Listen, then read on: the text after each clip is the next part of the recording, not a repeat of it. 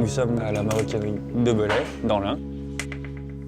C'est une maroquinerie qui fabrique essentiellement des sacs et de la petite maroquinerie aussi, donc des portefeuilles. C'est une maroquinerie qui a environ 250 artisans qui travaillent essentiellement en table, donc qui font des assemblages de pièces de cuir qui sont pour certaines déjà préparées, déjà découpées.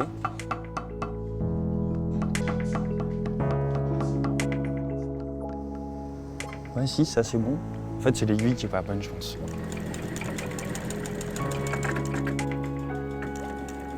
Non, c'est hier, j'ai fait trop d'arrêts de fil et... Tiens. Ça, c'est le manque d'expérience. Ouais, super.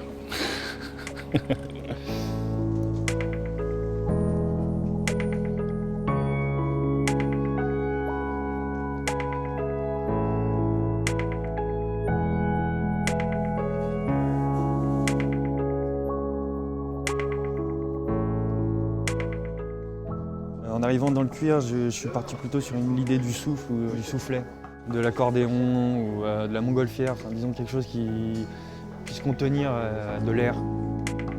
Et puis j'avais cette idée aussi de l'écriture sonore, du non sonore. J'avais ces deux idées-là, de l'écriture comme ça, comme s'il y avait une timeline, c'est un peu, et puis un son qui pourrait se développer comme une onde comme ça.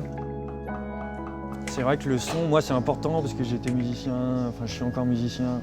Même pendant mes études, je voulais vraiment associer ces deux disciplines, la sculpture et les arts sonores, disons.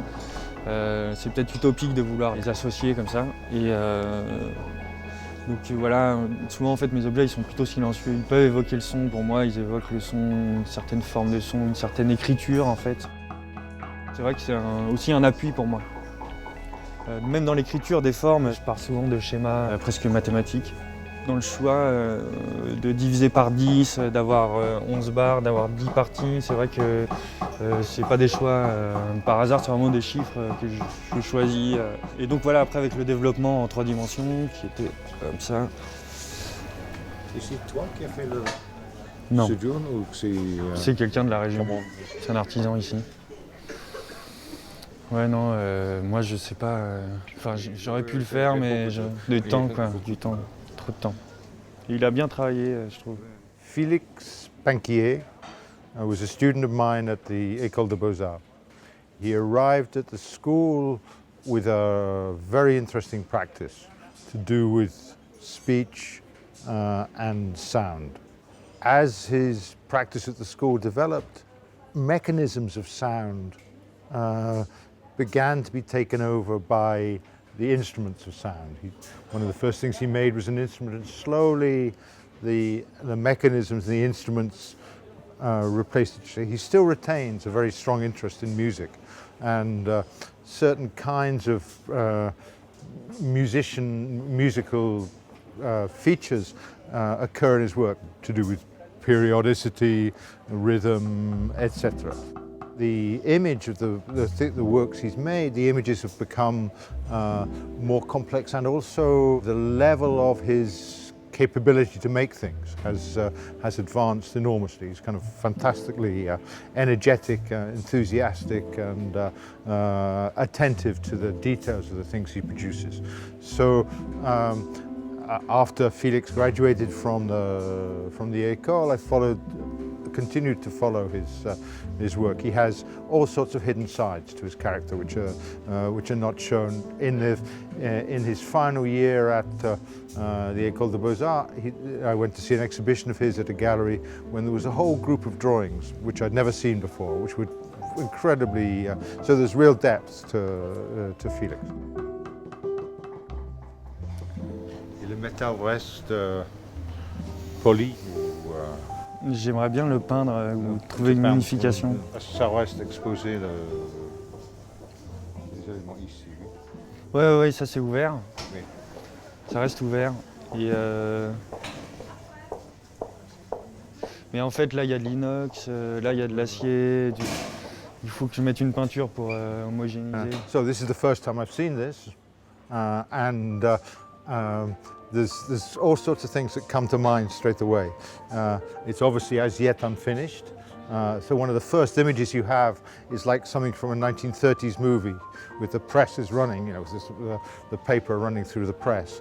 But then when it gets covered in black, then it brings to mind the Manet painting, the umbrellas outside the Gare Saint-Lazare, and the idea of modernity and black umbrellas. But also it's a bit like a Tibetan parasol, kind of on its side, that can be kind of turned up and down. It's very, very like that.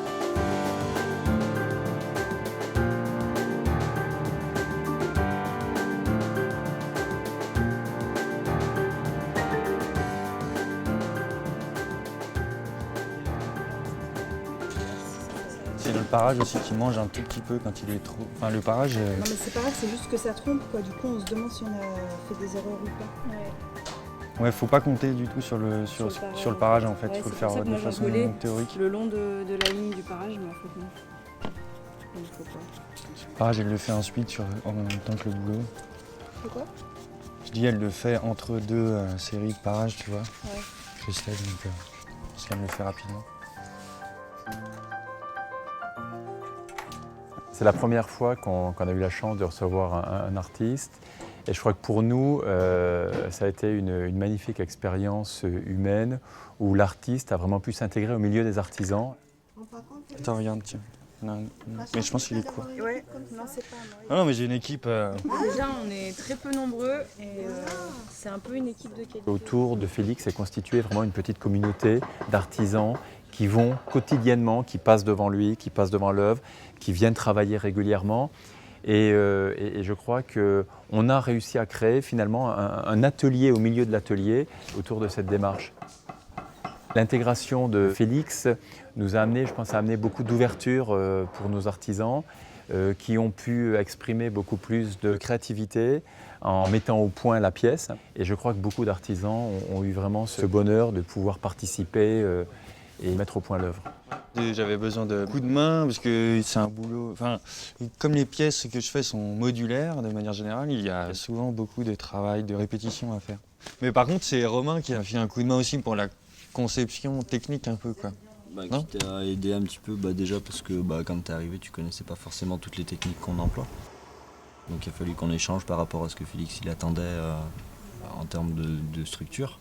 Et puis après, c'est de le guider un petit peu sur les savoir-faire qu'on pouvait mettre en œuvre. Après, il a aussi la capacité à apprendre assez rapidement, donc aujourd'hui on voit bien, il serait capable de faire tout seul, effectivement, tout ce qu'on fait. Voilà, moi je suis arrivé avec le projet, dessiné, donc je savais pas vraiment comment le réaliser. Mais voilà. Après, justement, cette histoire de Bolduc pour rigidifier, pour structurer les formes et tout ça, je l'ai pas inventé, quoi. C'est ici qu'on m'a conseillé, avec les artisans qui m'ont dit tiens, fais plutôt comme ça. Si tu renforces le côté, si tu structures, tu vas avoir quelque chose de graphique et ça va moins tirer sur. Voilà. Moi, je suis arrivé comme je connaissais pas du tout le matériau, je savais même pas comment il réagissait.